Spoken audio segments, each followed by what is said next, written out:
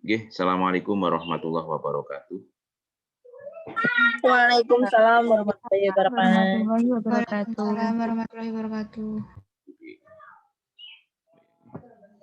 Sudah muncul ya PowerPoint-nya untuk materi etika dan tanggung jawab profesi. Sudah, Pak. Sudah, Pak. Sudah, Pak. Oke, baik, saya mulai. Untuk mata kuliah etika dan tanggung jawab profesi, ini sebenarnya sama dengan mata kuliah ini ya, kode etik profesi tentang hukum. Ini saya punya bukunya yang membahas tentang masalah kode etik. Karena bagi saya profesi itu kan ada dua, ada profesi biasa, ada profesi officium nobile. Officium nobile ataupun officium noble itu artinya adalah profesi yang terhormat. Jadi profesi ini ada dua, ada profesi yang luhur, ada profesi yang biasa. Profesi yang terhormat, maka di situ diharuskan harus memiliki aturan ataupun kode etik di dalam organisasi tersebut. Kode etik itu artinya aturan-aturan yang mengatur tentang masalah sikap ataupun karakter sikap yang dilakukan oleh anggota, misalkan anggota advokat. Di dalam organisasi advokat namanya PRADI, Perhimpunan Advokat Indonesia, ini juga di dalamnya memiliki kode etik. Namanya kode etik advokat Indonesia. Dan itu juga ada dasar hukumnya sesuai dengan pasal 26, pasal 27 Undang-Undang Nomor 18 tahun 2003 tentang advokat. Di sana ada. Jadi untuk yang pertama ini etika asal kata ethos ya, dari bahasa Yunani, cara berpikir, kebiasaan, adat, perasaan, sikap, karakter, watak, kesusilaan atau adat. Menurut Kamus Besar Bahasa Indonesia, sistem nilai tentunya nilai yang valid ataupun norma-norma moral yang menjadi pedoman bagi seseorang untuk kelompok untuk bersikap dan bertindak, kumpulan asas atau nilai yang berkenaan dengan akhlak atau moral. Jadi intinya kode etik itu ya noto akhlak ataupun adab. Karena yang memiliki profesi yang terhormat ataupun officium noble seperti advokat ya. Advokat itu adalah termasuk penegak hukum. Siapa yang mengatakan? Yang mengatakan adalah undang-undang. Berarti kalau advokat itu termasuk penegak hukum, berarti advokat itu statusnya sama ya, sama dengan penegak hukum yang lainnya. Berarti advokat itu sejajar dengan polisi, dengan hakim, jaksa. Akan tetapi tupoksinya saja yang berbeda. Kalau hakim itu yang mengadili ya, yang memutuskan suatu perkara yang diajukan oleh penggugat ataupun pemohon. Tapi kalau jaksa adalah yang mencari pasal-pasalnya, yang menentukan pasalnya, yang menuntut terhadap terdakwa. Kemudian kalau polisi itu tugasnya adalah yang melakukan penyelidikan dan penyidikan sesuai dengan kewenangannya ya. Kemudian kalau advokat atau lawyer ataupun penasihat hukum itu tugasnya adalah untuk membela kliennya. Membela bagi para pencari keadilan. Advokat sekarang ini sejajar dengan penegak hukum yang lainnya. Karena apa? Advokat itu adalah termasuk profesi yang terhormat. Profesi yang berwibawa, profesi yang officium nobile, officium noble seperti itu. Jadi advokat itu luar biasa sekarang karena memiliki dasar yaitu Undang-Undang Nomor 18 tahun 2003 tentang advokat. Kemudian pengertian etika, karena mata kuliahnya adalah etika dan tanggung jawab profesi. Nanti juga tanggung jawab itu nanti akan kami sampaikan, karena tanggung jawab itu kan ada tanggung jawab secara moral, ada tanggung jawab secara teknis profesi, ada tanggung jawab secara hukum. Berarti nanti kalau para anggotanya itu melanggar kode etik ataupun melakukan obstruction of justice, maka di situ akan diproses oleh Dewan Kehormatan. yang ada di dalam organisasi itu. Etika adalah nilai-nilai dan norma-norma moral yang menjadi pegangan bagi seorang atau suatu kelompok dalam mengatur perilaku. Ini saya kira untuk definisi nanti jenengan bisa membaca ya. Etika adalah pengetahuan tentang perilaku yang benar dalam profesi. Ini ada beberapa definisi, tapi intinya, substansinya adalah sama. Cuma bahasanya saja yang berbeda. Ini menurut Mustafa mengatakan etika adalah ilmu yang menyelidiki yang baik dan buruk untuk mengamati tindakan manusia sejauh bisa diketahui oleh pikiran. Seperti hakim itu juga memiliki kode etik, jaksa juga memiliki kode etik, polisi juga seperti itu memiliki kode etik. Karena saya juga pernah menangani beberapa oknum polisi ya yang telah melakukan pelanggaran-pelanggaran, kemudian saya proses, kemudian saya laporkan ke Propos. Karena ada polisi yang melakukan kode etik ya, melanggar kode etik, saya laporkan ke Propos. Kemudian diproses karena sanksi di dalam polisi yang melakukan kode etik, melanggar kode etik itu nanti sanksinya nanti bisa dicopot jabatannya juga bisa atau diturunkan, atau mungkin saksinya itu berupa dipindah tempatkan juga bisa. Dan juga saya juga punya beberapa contoh nanti mungkin ke depan nanti akan kami sampaikan beberapa kasus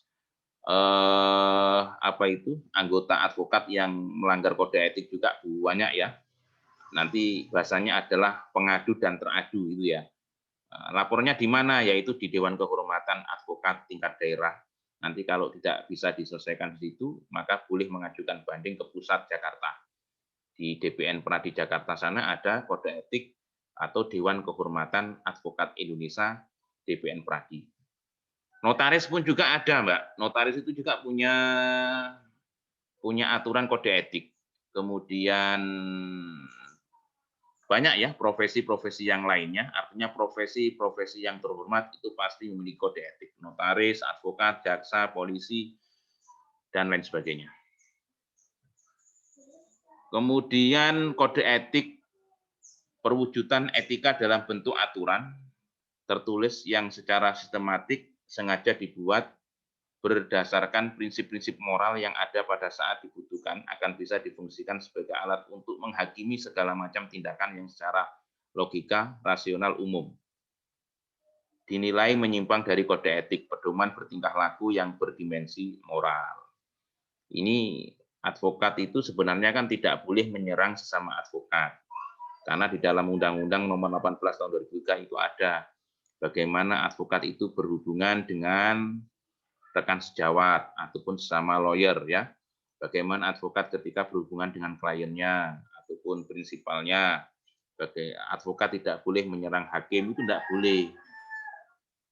Tapi di lapangan ada hakim yang dikampleng atau dipukul oleh advokat ada. Itu kasus ya. Nanti boleh diselesaikan melalui Dewan Kehormatan karena itu mungkin bertentangan dengan kode etik. Kalau advokat memukul hakim itu kan pidana, pun juga nanti bisa diselesaikan di PIDUM ya, tindak pidana umum. Kemudian apa maksud dan tujuan kode etik dibentuk di masing-masing organisasi yang memiliki yang termasuk profesi officio-nable ya, profesi yang terhormat atau terluhur. Maksud dan tujuan kode etik ya untuk mengatur dan memberi kualitas kepada pelaksanaan profesi serta untuk menjaga kehormatan dan nama baik organisasi profesi serta untuk melindungi publik yang memerlukan jasa-jasa baik yang profesional. Ini organisasi advokat namanya adalah PRADI, Perhimpunan Advokat Indonesia. Itu jumlahnya sangat besar sekali. Makanya di dalam organisasi advokat itu sangat perlu dan dibutuhkan yang namanya kode etik. Karena di lapangan itu pasti ada beberapa anggota advokat ya yang melakukan perbuatan ataupun melakukan sesuatu yang bertentangan dengan kode etik. Ini banyak sekali. Maka perlu yang namanya aturan ataupun kode etik yang bentuk siapa? Yang bentuk adalah para senior, advokat senior ya tentunya, para advokat senior yang ada di dalam organisasi pradi tersebut. Kemudian masuk tujuan sudah, kemudian karakteristik kode etik ya. Ini ada beberapa karakteristik kode etik perlu saya sampaikan, merupakan produk terapan sebab dihasilkan berdasarkan penerapan etis ya atas suatu profesi tertentu. Baik profesi advokat, notaris, akuntan, dokter. Dokter itu juga punya persatuan namanya IDI, Ikatan Dokter Indonesia. Nah, dokter pun juga nanti kalau melanggar kode etik kan ada lembaganya juga, lembaga peradilan swasta lah di dalamnya itu. Namanya Majelis Kehormatan Dokter ya. Kode etik dapat berubah dan diubah seiring dengan perkembangan ilmu pengetahuan dan teknologi atau iptek. Kode etik tidak akan berlaku efektif bila keberadaannya di-drop. Begitu saja dari atas sebab tidak akan dijiwai oleh cita-cita dan nilai yang hidup dalam kalangan profesi sendiri. Kode etik harus merupakan self-regulation, pengaturan ini dari profesi itu sendiri yang prinsipnya tidak dapat dipaksakan dari luar. Tujuan utama dirumuskannya kode etik adalah mencegah perilaku yang tidak etis. Nah, ini sangat sepakat saya. Jadi nanti untuk menyelesaikan permasalahan anggotanya yang bertentangan dengan kode etik, ini tujuannya adalah nanti agar tidak ada, bahkan tidak boleh campur tangan dengan pemerintah atau minta bantuan pemerintah untuk menyelesaikan permasalahan yang ada di dalam organisasi tersebut. Profesi ya, temanya kan apa? Kode etika profesi kalian. Profesi itu apa ya? Profesi adalah pekerjaan tetap sebagai pelaksanaan fungsi kemasyarakatan berupa karya pelayanan yang pelaksanaannya dijalankan secara mandiri dengan komitmen dan keahlian keilmuan dalam bidang tertentu yang pengembangannya dihayati sebagai panggilan hidup dan terikat pada etika umum dan etika khusus. Pengertian profesi merupakan kegiatan pokok untuk menghasilkan nafkah hidup yang mengandalkan suatu keahlian. Makanya di dalam organisasi advokat ya sesuai dengan perintah undang-undang bahwa advokat itu termasuk profesi yang terhormat. Makanya siapapun yang ingin menjadi advokat, maka ini harus mengikuti pelatihan-pelatihan ataupun pendidikan. Syaratnya yang pertama harus PKPA. Syaratnya harus sarjana hukum ya, sarjana hukum. Setelah sarjana hukum, sarjana yang lain tidak boleh. Undang-undangnya memerintahkan harus sarjana hukum ataupun sarjana hukum Islam. PKPA berapa bulan Pak Husaimah? PKPA itu dilaksanakan bisa 5 bulan, 3 bulan, bahkan 2 bulan. Uniska baru kemarin melaksanakan pendidikan profesi advokat. Yang ikut siapa saja? Yang mengikuti dari berbagai lulusan perguruan tinggi ya. Ada yang dari Tuban, Jember, Ponorogo, dari Jawa Tengah, bahkan juga diikuti oleh teman-teman yang alumni Fakultas Hukum Universitas Kediri. Tapi yang pertama syaratnya adalah sarjana hukum, kemudian PKPA, pendidikan khusus profesi advokat. Biayanya berapa? Biayanya murah. Pendaftaran Rp500.000, pelaksanaan PKPA 5,5 juta, berarti 6 juta. Setelah lulus pendidikan khusus profesi advokat, maka nanti ada ujian UPA ya, ujian profesi advokat seluruh Indonesia. Yang mengadakan siapa? Yang mengadakan Pradi, Perhimpunan Advokat Indonesia. Ini kantornya sangat mewah sekali yang ada di Jakarta. Walaupun toh tidak dibantu oleh negara, swasta tentunya, tapi memiliki kekayaan yang luar biasa. Namanya Perhimpunan Advokat Indonesia. DPN Pradi ya, Dewan Pimpinan Nasional Perhimpunan Advokat Indonesia ada di Jakarta. Untuk ketua DPC ya, Dewan Pimpinan Cabang Kota Kediri Raya, meliputi kabupaten dan Kabupaten Kediri, ketuanya adalah Bapak Agus Manfaluti, dosen Fakultas Hukum Uniska Kediri. UPA dilaksanakan seluruh Indonesia, biayanya berapa? 2,5 juta. Setelah lulus UPA, sesuai dengan peraturan Perhimpunan Advokat Indonesia nomor 1 tahun 2015, wajib magang 2 tahun di kantor advokat yang sudah terdaftar di DPN Pradi. Magangnya berapa? 2 tahun.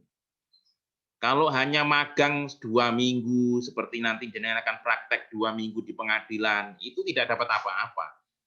Magang itu maksimalnya adalah 2 tahun. Baru magang 2 tahun nanti, maka jenengan akan mendapatkan ilmu lapangan. Yang mana ilmu lapangan ataupun ilmu praktek, ilmu praktisi di lapangan itu tidak ada di dalam kampus. Jadi nanti kalau jenengan bisa magang di notaris ataupun magang di kantor BPN ataupun magang di kantor advokat yang profesional tentunya ya, yang senior, maka di situ nanti akan mendapatkan bahkan menemukan ilmu-ilmu baru. Karena yang namanya hukum itu kan berkembang. Kadang-kadang di dalam praktek nanti ketika jenengan mengikuti persidangan di pengadilan, jadi teori dengan praktek kok tidak sama, sampean juga jangan heran. Itu sudah hal yang biasa, kan gitu ya. Setelah magang 2 tahun, terus kemudian bagaimana Pak Huzaimah? Setelah magang 2 tahun, maka nanti daftar sumpah atau pelantikan dan pengambilan sumpah di Pengadilan Tinggi Surabaya itu sesuai dengan KTP masing-masing. Wilayah hukumnya adalah sesuai dengan KTP masing-masing. Kalau Kediri, maka nanti pelantikan pengambilan sumpahnya di Pengadilan Tinggi Surabaya. Setelah dilantik menjadi advokat, setelah dilakukan penyumpahan di Pengadilan Tinggi Surabaya, maka boleh beracara ataupun pasang plang, papan nama, kantor advokat, misalkan siapa? Kantor advokat dan konsultan hukum Trinda misalkan. Itu boleh setelah disumpah di Pengadilan Tinggi. Artinya profesi ini, profesi yang officium-nobel itu tidak kemudian sulapan langsung jadi advokat, jadi notaris, tidak. Butuh proses yang lama ya. Bahkan notaris pun itu biaya sekolahnya mahal, sampai 60 juta itu belum apa-apa, belum magangnya 2 tahun, belum pelantikannya, butuh biaya lagi. Jadi habis 60 Per juta. semester 13,5 juta, Pak. Di mana itu? Notaris. Di mana? UM. Oh, kalau UB enggak, UB rodok murah paling, Mbak. UM Siapa, Pak? UB itu 60. Teman saya, kakak kelasnya sampai namanya Mas Baronis dan Mbak Owin ya. Ada yang S2-nya di UB. Oh, iya, iya. UII juga katanya bagus kalau untuk sekolah notaris. Itu namanya profesi. Sekolah profesi itu mahal. Yang Surabaya itu UNER sama yang swasta itu apa, Pak? UNESA. UNER. Bukan. Lupa saya. Untak, Mbak. Untak. Bukan Untak.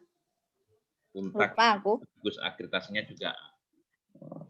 Ada lagi sekolah mediator ya. Ini saya, Bu Emi, Pak Saiful, Pak Zainal ini mau sekolah mediator ini malah. Biayanya kalau mediator itu kan nanti pematerinya dari Mahkamah Agung.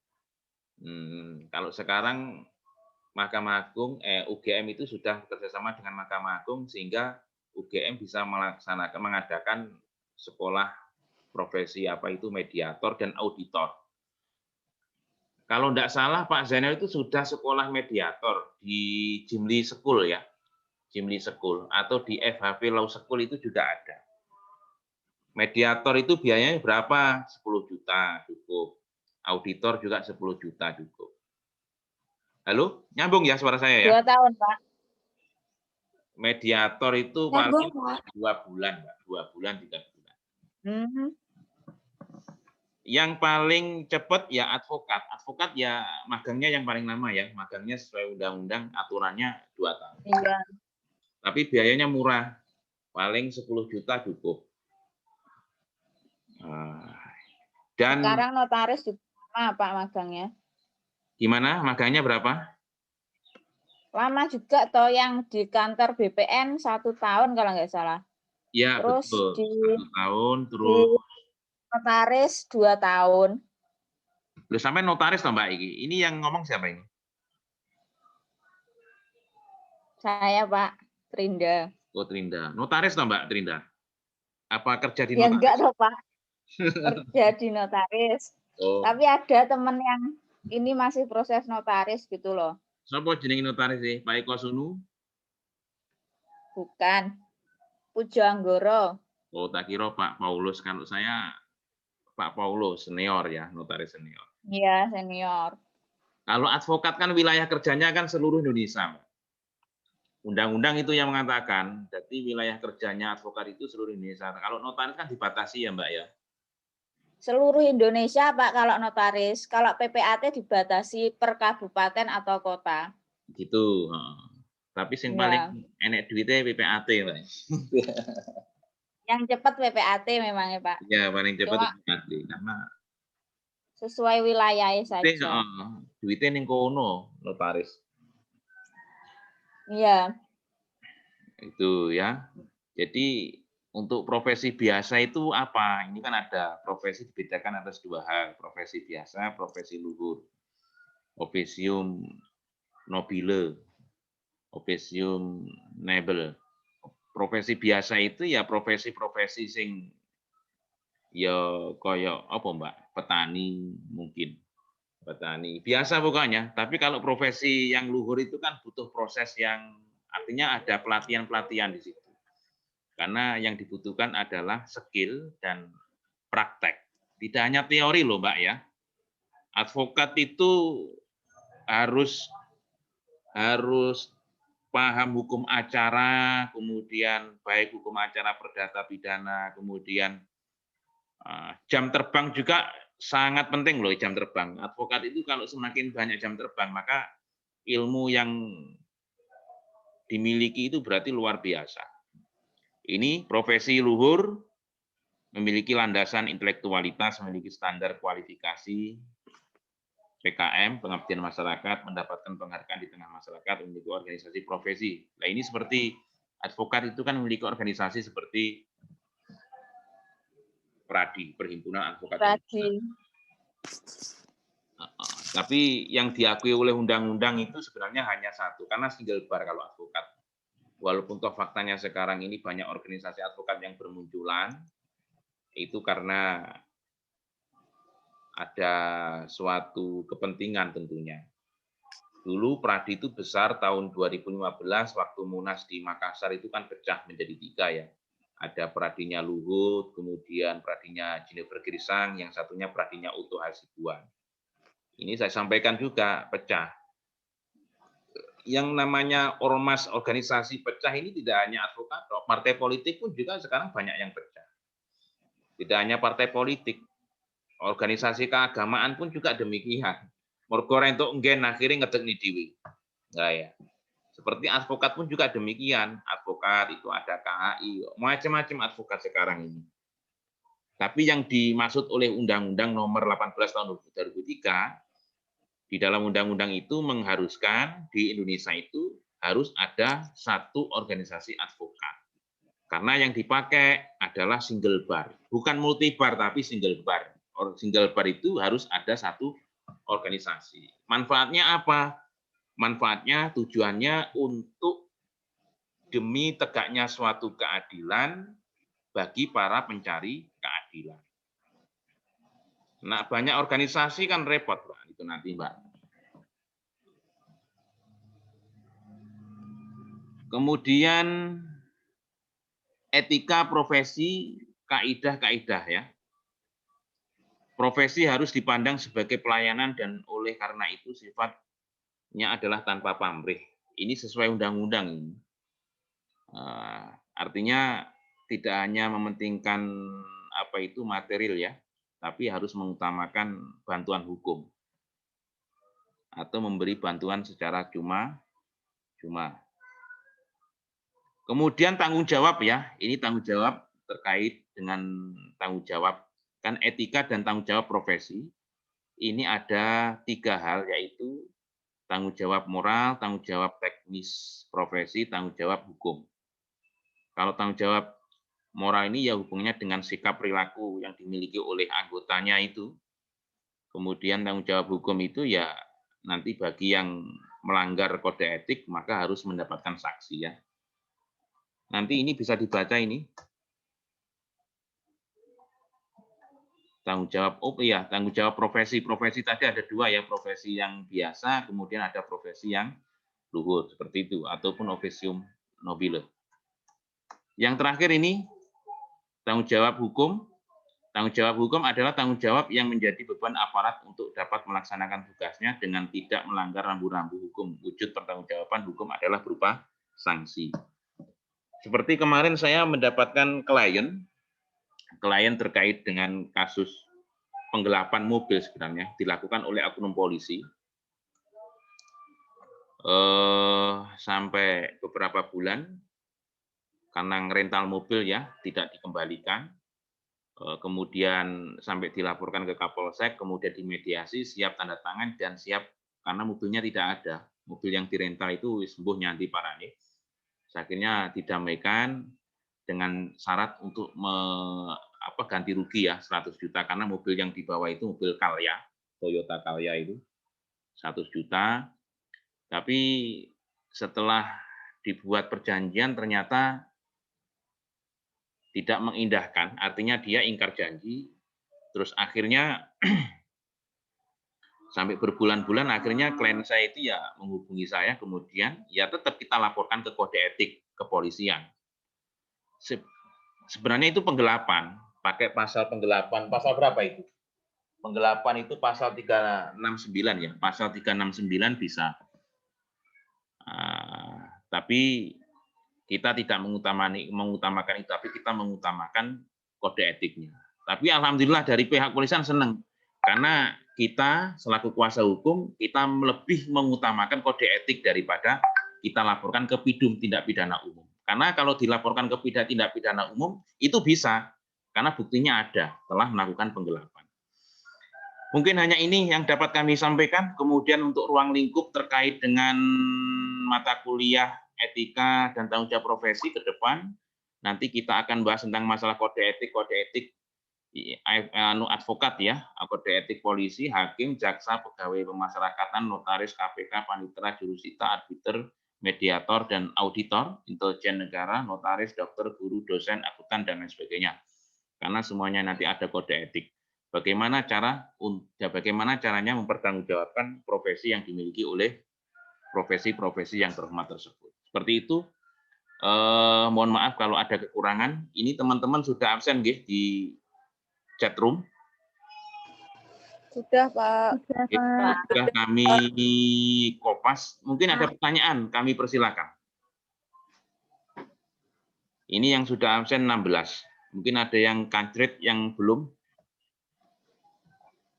Pak, kalau advokat itu setelah disumpah, terus apa SK-nya itu berlakunya berapa tahun atau bulan? Kartu, itu kan kartunya ada dua ya Mbak ya. Yang satu dari pengadilan negeri namanya berita acara sumpah. Kalau berita acara sumpah itu tidak ada batasannya. Sampai pensiun gitu tuh Pak. Oh, advokat tidak ada pensiunnya loh Mbak. Ila yaumil kiamah. Oh ya. Itu loh Mbak yang kartu tanda advokat. 62 atau berapa sekarang? Kalau kartu tanda advokat, KTA-nya itu ada berlakunya memang 3 tahun sekali, nanti bisa kayak motor itu loh, her loh Mbak, bayar her coro motor her.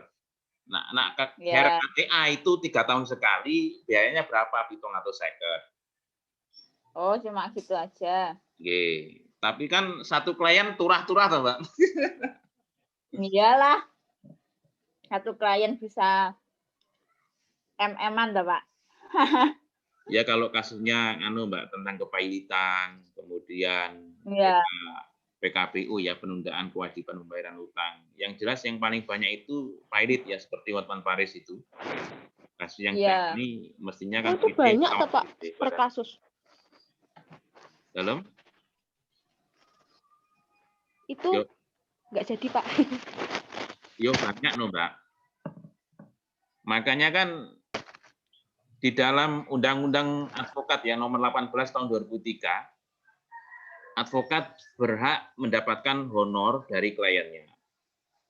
Berhak mendapatkan honor. Lah, honornya berapa? Swasta ataupun tidak terhingga. Tidak terhingga itu ya tidak bisa ditentukan.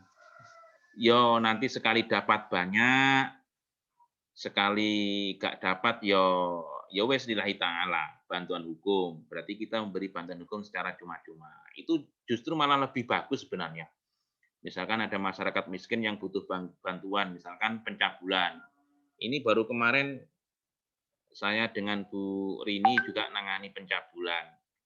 Wong ora duwe, ya tetap kita bantu, kita dampingi sampai selesai. Tapi Gusti Allah itu kan maha adil. Menurut biasanya kalau kita bantu orang yang susah, pasti ada gantinya, pasti diijoli. Seperti itu, Mbak ya. Yo bayarannya advokat itu sekali dapat ya lumayan besar. Kalau kasusnya besar. Bahkan bisa ngumpuli gajinya hakim, gajinya jaksa, polisi, dan sebagainya. Nggih, cukup nggih?